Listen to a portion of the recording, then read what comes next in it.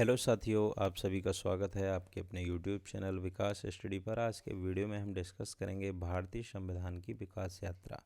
इससे पहला वीडियो राज्य व्यवस्था एक परिचय, जो हमारा चैप्टर चल रहा है, वो हमने कवर किया था। और आज हम डिस्कस करेंगे भारतीय संविधान की विकास यात्रा। भारतीय संविधान और राज्य व्यवस्था का ये पूरा प्लेलिस्ट रहेगा, जिसमें 24 वीडियो रहेंगे। तो ये उसका दूसरा पार्ट है। पहला अगर आपने नहीं देखा है तो उसे ज़रूर देख लें। तो चलिए स्टार्ट करते हैं। तो भारतीय संविधान की विकास यात्रा, तो इसमें सबसे पहले हम जानेंगे कि संविधान क्या होता है। संविधान होता है नियमों उपनियमों का जो लिखित दस्तावेज होता है, उसे संविधान कहते हैं। ठीक है। तो भारत का संवैधानिक विकास कैसे हुआ? तो भारत का संवैधानिक विकास था वो दो चरणों में हुआ। पहला तो हुआ ब्रिटिश ईस्ट इंडिया कंपनी के अंतर्गत जो पारित अधिनियम हुए थे, उनके थ्रू हुआ। दूसरा हुआ जब 1857 की क्रांति के बाद ब्रिटिश ताज के अंतर्गत सत्ता संभाल ली थी ब्रिटिश ने, डायरेक्ट 1858 से 1947 तब हुआ। तो दो चरणों में हुआ है। ब्रिटिश ईस्ट इंडिया कंपनी के अंतर्गत जो पारित अधिनियम थे, उनसे निर्माण हुआ है 1773 से 1853 तक, और उसके बाद में ब्रिटिश ताज के अंतर्गत 1858 से 1947 तक। पेशेंस के साथ में वीडियो को पूरा देखना है आपको। बहुत ही इंपॉर्टेंट जो फैक्ट होंगे वो एग्ज़ाम में डायरेक्ट जो क्वेश्चन पूछे जाते हैं वो आपको सब यहाँ से मिल जाएंगे। और वीडियो पसंद आए तो एक लाइक ज़रूर इस वीडियो पे करें। तो सबसे पहले रेगुलेटिंग एक्ट 1773 आया। तो इसमें क्या हुआ कि कंपनी के शासन हेतु पहली बार लिखित दस्तावेज था। अब ये कंपनी क्या थी? कंपनी जो 1600 के करीब भारत में ईस्ट इंडिया कंपनी नाम से व्यापार करने आई थी, तो वहाँ ये अपना ज़्यादा इंटरफेयर करने लगी थी। जैसे अपने वहाँ के कर्मचारी थे, वो खुद का अपना व्यापार करने लगे थे। ठीक है। तो इन सब पे रोक लगाने के लिए रेगुलेटिंग एक्ट 1773 आया। इसमें क्या क्या चीज़ें हुई वो हम देखते हैं। तो ये पहला लिखित संविधान था कंपनी के लिए। नियम कानून लिखित में थे कि ये आपको पालन करने पड़ेंगे, और ये सीधे ब्रिटिश सरकार के द्वारा दिए गए थे। कंपनी के प्रशासन पर पहली बार ब्रिटिश संसदीय नियंत्रण की शुरुआत हुई। बम्बई और मद्रास प्रेसिडेंसी को, ठीक है, कलकत्ता प्रेसिडेंसी के अधीन कर दिया गया। ये बात भी याद रखनी है। गवर्नर जनरल और 4 सदस्यीय वाली परिषद के नियंत्रण में सरकार की स्थापना हुई यहाँ पे भारत में। 1774 में कलकत्ता में एक सुप्रीम कोर्ट की स्थापना हुई। तो आपको याद रखना है 1774 में कहाँ हुई? कलकत्ता में सुप्रीम कोर्ट की स्थापना। पहले इसके मुख्य न्यायाधीश कौन थे? Sir Elijah Impey. ठीक है, सर एलिजाए इम्पे यहाँ के क्या थे, मतलब जो पहले मुख्य न्यायाधीश थे वो सर एलिजाए इम्पे थे। ठीक है। चलिए अब देखते हैं बंगाल का प्रथम गवर्नर जनरल बनाया गया यहाँ पे। तो बंगाल का प्रथम गवर्नर बनाया गया वारेन हेस्टिंग्स को। ठीक है।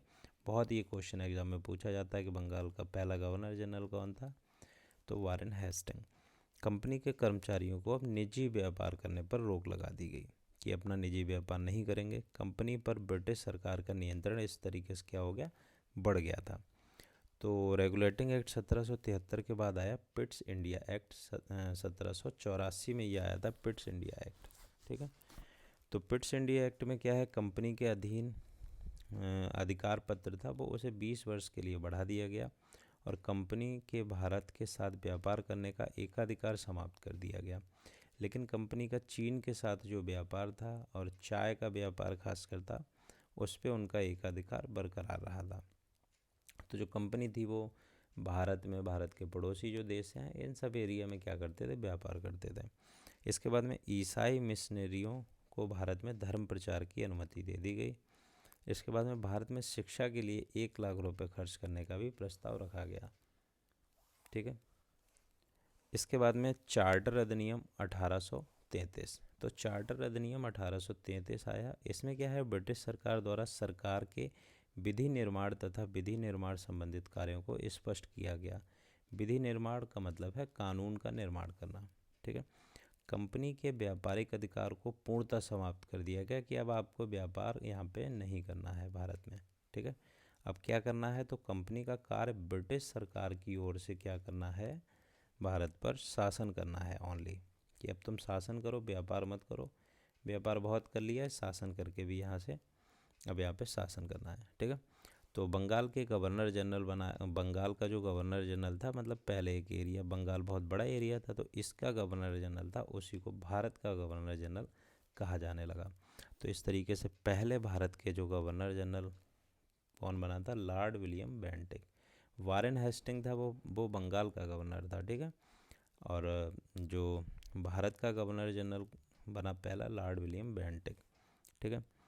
भारत का गवर्नर जनरल को पूरे ब्रिटिश भारत में लॉ निर्माण का क्या था, एकाधिकार प्रदान था कि वो विधि का निर्माण कर सकता है, नियम कानून बना सकता है। लॉर्ड मैकाले की अध्यक्षता में प्रथम विधि आयोग बनाया गया, ये मोस्ट इम्पॉर्टेंट क्वेश्चन है। लॉर्ड मैकाले की अध्यक्षता में प्रथम विधि आयोग बनाया गया। भारत में दास प्रथा को गैर कानूनी घोषित किया गया, ठीक है। भारत में ब्रिटिश राज के दौरान संविधान निर्माण के प्रथम संकेत इस एक्ट द्वारा मिलते हैं, ठीक है। तो ये याद रखना, चार्टर अधिनियम 1833 द्वारा मिलते हैं। चार्टर अधिनियम 1853 आया फिर। इसका निर्माण तत्कालिक विधायिका को सशक्त बनाने के लिए एवं उसके विस्तार में सहयोग देने के लिए किया गया। तो पहली बार गवर्नर जनरल की परिषद बनाई गई, जिसमें 6 सदस्य थे, और इनके कार्य अलग अलग कर दिए गए कि विधायी कार्य अलग और प्रशासनिक कार्य के लिए अलग। मतलब विधायी मतलब नियम कानून बनाने के अलग, प्रशासनिक मतलब यहाँ पे एडमिनिस्ट्रेटिव जो कार्य हैं उनके लिए अलग 6 लोगों सदस्यों की टीम बनाई गई। तो पहली बार सिविल सेवाओं में भी भारतीयों को शामिल किया गया। इसके बाद में 1857 की क्रांति हुई, और 1857 की बड़ी क्रांति के बाद देखो क्या क्या चेंजेस हुए। 1857 की क्रांति के बाद ब्रिटिश क्राउन ने भारत का शासन कंपनी के हाथों से ले लिया। कंपनी से कह दिया, अब भाई तुम्हारे बस की बात नहीं है यहाँ पे शासन करना, अब हम ही वहाँ से क्या है मतलब शासन चलाएंगे। तो कंपनी ने क्या क्या चेंज करे, मतलब ब्रिटिश क्राउन ने क्या क्या चेंज किए वो देखो। तो एक तो कोर्ट ऑफ डायरेक्टरेट और बोर्ड ऑफ कंट्रोल, इनको कर दिया समाप्त। इसकी जगह 2 पद बनाए। एक तो भारत राज्य सचिव बनाया, जो कि ब्रिटिश मंत्रिमंडल का सदस्य था। जैसे अपना भारत में कैबिनेट मंत्री होते हैं, इसी तरीके से एक मंत्री को, वहाँ के मंत्री को भारत में राज्य सचिव बनाया, ठीक है। और भारत राज्य सचिव की सहायता के लिए 15 सदस्यीय भारतीय परिषद बनाया। 15 सदस्यीय भारतीय परिषद था, जिनमें कुछ भारतीय भी थे, और ये मतलब सहायता करते थे भारत राज्य सचिव की, जो सीधे ब्रिटिश सरकार के अंतर्गत शासन करता था। मुगल सम्राट का पद समाप्त कर दिया गया था 1857 की क्रांति के बाद, और बहादुर शाह जफर जो अंतिम सम्राट थे, उनको रंगून की जेल भेज दिया था। भारत राज्य सचिव अपने कार्यों के लिए ब्रिटिश संसद के प्रति उत्तरदायी था, जैसा ब्रिटिश सरकार कहती थी वैसा ही करता था। गवर्नर जनरल को अब वायसराय की उपाधि दे दी गई थी, वायसराय कहा जाने लगा था 1857 के बाद। वह क्राउन का सीधा प्रतिनिधि बन गया। तो इस तरीके से भारत का प्रथम वायसराय कौन बना, लॉर्ड कैनिंग, ठीक है। इसके बाद साथियों 2 बहुत ही इम्पॉर्टेंट भारत परिषद अधिनियम आए, इनको आपको याद रखना है। पहला आया भारत परिषद अधिनियम 1909 में, जिसे मार्ले मिंटो सुधार भी कहते हैं। ये मार्ले मिंटो सुधार इसलिए कहते हैं क्योंकि उस समय वायसराय कौन था, मार्ले, और मिंटो कौन था, इंग्लैंड में भारत का राज्य सचिव। मतलब राज्य सचिव और वायसराय के नाम पे ही मार्ले मिंटो सुधार नाम पड़ा। इसका कार्य क्या था कि परिषद व उनके कार्य क्षेत्र का अधिक विस्तार करना था। और इस तरीके से सत्येंद्र प्रसाद सिन्हा जो थे, वो वायसराय की कार्यकारिणी परिषद में नियुक्त होने वाले प्रथम भारतीय बने थे। तो विधान परिषद के सदस्यों के को बजट से पूर्व बजट पर वाद विवाद करने का प्रस्ताव रखने की अनुमति प्रदान थी, कि अपना प्रस्ताव रख सकते हो, लेकिन ऐसा वो मानेंगे ये कोई बाध्य नहीं थे। इसके बाद जाति वर्ग धर्म के आधार पर पृथक निर्वाचन प्रणाली अपनाई गई, और प्रथम निर्वाचन प्रणाली जाति वर्ग और धर्म के आधार पर अपनाई गई, इसलिए इसे सांप्रदायिक निर्वाचन का जनक भी कहा जाता है। किसे कहा जाता है, लॉर्ड मिंटो को सांप्रदायिक निर्वाचन का जनक। मोस्ट इम्पॉर्टेंट क्वेश्चन है ये। इसके बाद भारत शासन अधिनियम 1919, इसे कहा जाता है मोंटेग्यू चैम्सफोर्ड सुधार। मोंटेग्यू था भारत का राज्य सचिव था, और चैम्सफोर्ड था वायसराय था। इसी समय क्या हुआ, लोक सेवा आयोग यूपीएससी का गठन हुआ।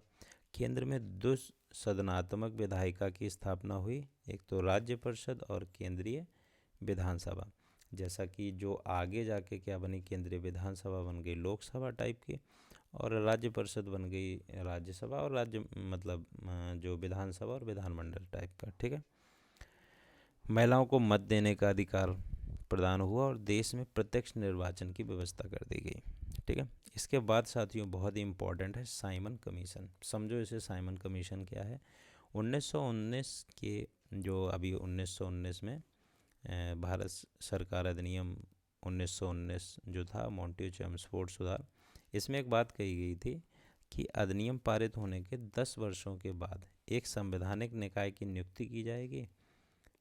निकाय मतलब एक आयोग बनाया जाएगा जो ये जांच करेगा कि भारत उत्तरदायी शासन की दिशा में कितनी प्रगति करने की स्थिति में है। मतलब क्योंकि यहाँ पे क्या है, 1927 तक मतलब बहुत सारे आंदोलन, महात्मा गांधी, भगत सिंह वगैरह, इन लोगों ने बहुत मतलब आज़ादी के लिए लड़ाई लड़ी थी। तो यहाँ पे क्या है, गवर्नमेंट मतलब ब्रिटिश सरकार भी ये सोचने को मजबूर हो गई थी कि हमें गवर्नमेंट तो इन्हें हैंड ओवर करनी है।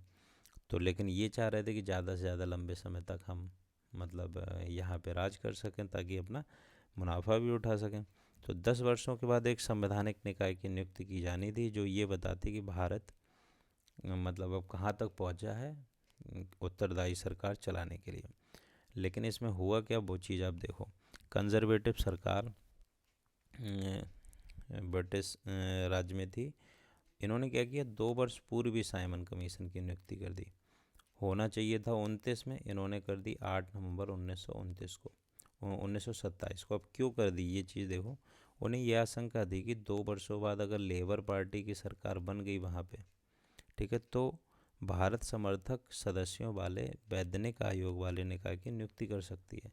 मतलब जो लेबर पार्टी थी, लेबर पार्टी जो ब्रिटिश राज में थी, ये भारत को स्वतंत्र कराने के पक्ष में थी कि भारत को स्वतंत्र देश बना दो।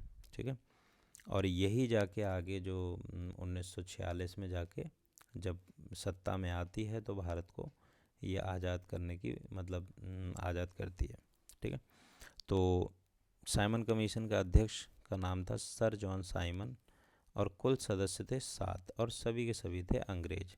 इसलिए इसे श्वेत कमीशन कह के भी विरोध किया गया।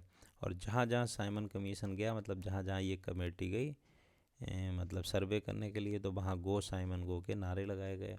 और इसी में लाला लाजपत राय के सर में लाठी लगने की वजह से क्या हो गई, उनकी मतलब मृत्यु हो गई थी। इसके बाद में 1928 से 29 के बीच कमीशन ने भारत को 2 बार यात्रा की थी, और 2 बार यात्रा की और अपनी उन्होंने रिपोर्ट वहाँ पे दे दी जाके 1930 में। 1930 में रिपोर्ट प्रस्तुत कर दी और लंदन में गोलमेज सम्मेलन जो हुए थे उन पे विचार होना था। मतलब एक भी बंदा भारतीय नहीं था, सारे के सारे अंग्रेज़ थे। उन्होंने अपनी रिपोर्ट बनाई और वहाँ पे सौंप दी और कह दिया गया कि अब गोलमेज सम्मेलन होगा। मतलब गोलमेज सम्मेलन में क्या है, भारतीय लोग भी आएंगे और विचार विमर्श करेंगे कि भाई क्या चीज़ें इसमें जो रिपोर्ट है इसमें सही है कि नहीं है। हालांकि उनकी सुनी नहीं जानी थी। तो इस चक्कर में गांधी जी थे वो प्रथम गोलमेज सम्मेलन में नहीं गए थे, द्वितीय में गए थे। हालांकि जब उन्हें जो वायसराय थे इरविन, उन्होंने कहा था नहीं आपकी बातें सुनी जाएंगी वहाँ पे। और एक क्वेश्चन एग्जाम में पूछा जाता है कि तीनों गोलमेज सम्मेलन में कौन शामिल हुआ था, तो भीमराव अंबेडकर जी तीनों गोलमेज सम्मेलन में शामिल हुए थे। इसके बाद भारत सरकार अधिनियम 1935 बनाया गया, तीनों जो गोलमेज सम्मेलन थे इनके होने के बाद। तो 1930 से 32 लंदन में 3 गोलमेज सम्मेलनों में संवैधानिक सुधार से संबंधित रिकमेंडेशंस के आधार पर इस अधिनियम का निर्माण किया गया। भारत में सर्वप्रथम संघीय शासन प्रणाली की नींव रखी गई और संघीय शासन प्रणाली की 2 इकाइयाँ थीं, ब्रिटिश भारतीय प्रांत और देसी रियासतें। ठीक है।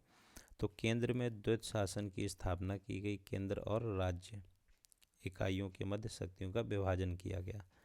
तो संघ सूची मतलब जो केंद्र सरकार जिन विषयों पे नियम बनाएगी उसमें 59 विषय थे, राज्य सूची में 54, संबंधित सूची में 36। ये हमें बिल्कुल याद नहीं रखने, ये एग्जाम में नहीं पूछा जाता, लेकिन आपको बस ये थोड़ा नोटिस करना है कि इस तरीके से बनाए गए, जो कि स्वतंत्रता के बाद आज भी हमारी संघ सूची, समवर्ती सूची और राज्य सूची के सारे विषय चलते हैं, लेकिन उसमें अब विषय कुछ बढ़ा दिए गए हैं। तो यहाँ पे 1937 में बर्मा म्यांमार को भारत से अलग कर दिया गया था और 1 अप्रैल 1935 को भारतीय रिजर्व बैंक की स्थापना की गई, जो कि मोस्ट इम्पॉर्टेंट क्वेश्चन है। अगला है, इस अधिनियम जुलाई 1936 में लागू हुआ था और 1937 में चुनाव हुए, और 1937 में जब चुनाव हुए तो 5 स्थानों पर कांग्रेस को पूर्ण बहुमत की सरकार बनी थी।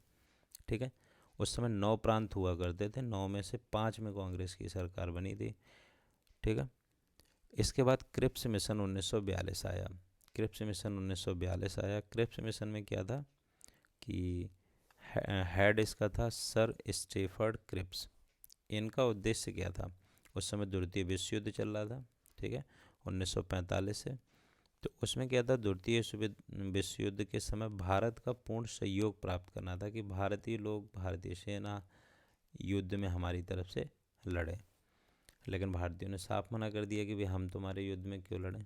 ठीक है, और इन्होंने आश्वासन क्या दिया, आश्वासन ये दिया कि चर्चिल ने 11 मार्च 1942 को क्रिप्स मिशन की घोषणा की थी और 22 मार्च 1942 को क्रिप्स मिशन भारत पहुंचा था। ठीक है, चर्चिल प्रधानमंत्री था उस समय का। भारत में जल्द ही स्वशासन की स्थापना, अर्थात युद्ध के बाद भारत को डोमिनियन स्टेटस दिया जाएगा। ये इन्होंने मीठी गोली दी थी कि डोमिनियन स्टेटस दिया जाएगा भारत को, द्वितीय विश्व युद्ध में हमारा साथ दे तो तब। ठीक है, लेकिन भारत के जो कांग्रेस नेता थे उन्होंने मना कर दिया कि भाई हमें डोमिनियन स्टेटस नहीं चाहिए। क्रिप्स की भारत नेताओं से जो बातचीत हुई, भारतीय नेताओं से, वो पूर्णतः असफल हो गई, क्योंकि इसमें पूर्ण स्वाधीनता की जगह पर डोमिनियन स्टेटस की बात कही गई थी। संविधान सभा में देशी रियासतों द्वारा नामांकित लोगों की मौजूदगी तथा भारत के विभाजन पर कड़ी आपत्ति थी, कि यहाँ पे कड़ी आपत्ति थी, मना कर दिया गया। इसके बाद में लेबर पार्टी सत्ता में आई और लेबर पार्टी ने क्या किया, 1946 में कैबिनेट मिशन बनाया था। और इसी टाइम जब ये क्रिप्स मिशन आया था 22 मार्च को, इसी के बाद 7 अगस्त 1942 को भारत छोड़ो आंदोलन चालू हुआ था। ठीक है, जिससे अंग्रेज़ों को लग गया कि अब भाई यहाँ पे हमें सरकार जल्दी हैंड ओवर करनी होगी। और इसके बाद में फिर लेबर पार्टी सत्ता में आ गई। लेबर पार्टी वैसे ही भारत को स्वतंत्र देश बनाने के पक्ष में थी। तो कैबिनेट मिशन 1946 आया और इसमें क्या था कि भारत की राजनीतिक समस्या के समाधान के लिए ब्रिटिश सरकार ने एक कैबिनेट मिशन को भारत भेजा। 3 सदस्य थे, तीनों के नाम आपको याद रखने हैं। इसमें है पहला पैथिक लॉरेंस, स्टेफर्ड क्रिप्स और A.V. अलेक्जेंडर। ठीक है, तो ब्रिटिश भारत एवं देशी रियासतों को मिलाकर एक भारतीय संघ का गठन किया जाएगा और संघ की अपनी कार्यपालिका होगी, अपनी विधायिका होगी, जिसमें ब्रिटिश भारत तथा देशी रियासतों के प्रतिनिधि शामिल होंगे। तो ब्रिटिश भारत और कुछ नहीं, जो मतलब प्रांत थे उस समय, 9 प्रांत थे बड़े बड़े, जिसमें जैसे संयुक्त प्रांत था जो उत्तर प्रदेश था, ठीक है, मद्रास था, इसी तरीके से थे वो। और देशी रियासतें थीं लगभग 500, 550, 600 के करीब। तो इनके ही प्रतिनिधि शामिल होंगे, मतलब अंग्रेज लोग शामिल इसमें नहीं होंगे। ठीक है, भारतीय स्वतंत्रता अधिनियम 1947 आया इसके बाद, और इसमें कहा गया कि 15 अगस्त 1947 को भारत और पाकिस्तान नाम के 2 अधिराज्य बना दिए जाएंगे और ब्रिटिश सरकार उनको सत्ता सौंप देगी। लेकिन सत्ता का उत्तरदायित्व तो दोनों अधिराज्यों की संविधान सभा को सौंपा जाएगा। मतलब संविधान सभा जो बनेगी, जो उसी को सौंपा जाएगा कि भाई तुम्हें ये काम करने हैं। ठीक है, और प्रत्येक अधिराज्य में एक गवर्नर जनरल बनाया जाएगा, जो कि उसी देश का होगा। भारत में भारत का होगा, पाकिस्तान में पाकिस्तान का होगा, जिसकी नियुक्ति कौन करेगा, इंग्लैंड का सम्राट करेगा। ठीक है, तो संविधान सभा का निर्माण होने तक दोनों राज्यों का प्रशासन भारत सरकार अधिनियम 1935 के द्वारा ही चलाया जाएगा। जो पुराना हमारा भारत सरकार अधिनियम 1935 है, इसके द्वारा ही चलाया जाएगा। और जो हमारा भारतीय संविधान है, इसमें 50% से ज़्यादा जो नियम कानून है, मतलब मोर देन 70% हैं, वो भारत सरकार अधिनियम 1935 से ही डायरेक्ट उठा के लिए गए हैं। ठीक है, ऐसा नहीं है कि संविधान को एक एक बार में बैठ के बना दिया गया, ऐसा नहीं है। शुरुआत से जो 1773 रेगुलेटिंग एक्ट से लेके ये भारत सरकार अधिनियम 1935 है यहाँ तक, इन सब चीज़ों से पॉइंट धीरे धीरे बढ़ते गए और वही जाके भारत का बाद में संविधान बना। ठीक है, तो स्वतंत्र भारत का पहला मंत्रिमंडल बना 1947 में।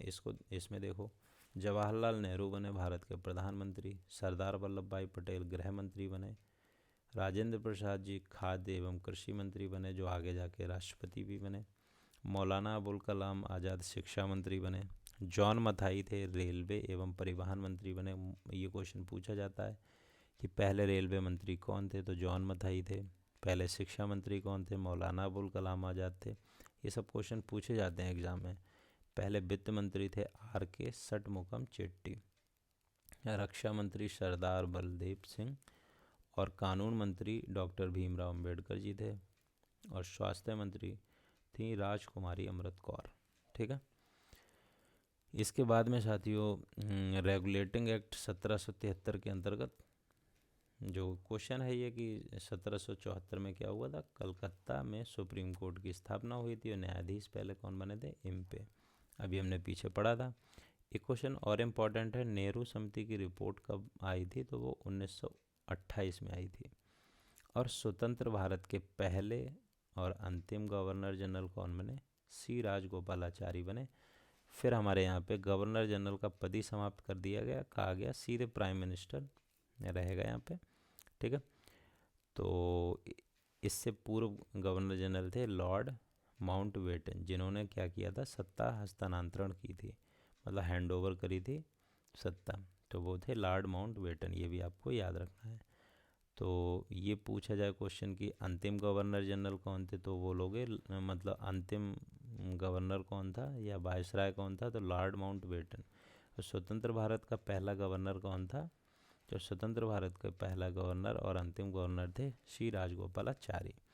तो इस तरीके से हमारा संविधान का निर्माण हुआ। और आगे का हमारा जो तीसरा वीडियो रहेगा, नेक्स्ट वीडियो, वो रहेगा भारतीय संविधान का निर्माण एवं इसकी विशेषताएं। इसे हम अगली क्लास में देखेंगे, भारतीय संविधान का निर्माण एवं इसकी विशेषताएं। तो साथियों, वीडियो कैसा लगा कमेंट सेक्शन में ज़रूर बताएं, और इस वीडियो की PDF आप डिस्क्रिप्शन से डाउनलोड कर सकते हैं या फिर हमारे टेलीग्राम चैनल से सारी डाउनलोड कर सकते हैं। तो वीडियो देखने के लिए आपका बहुत बहुत धन्यवाद।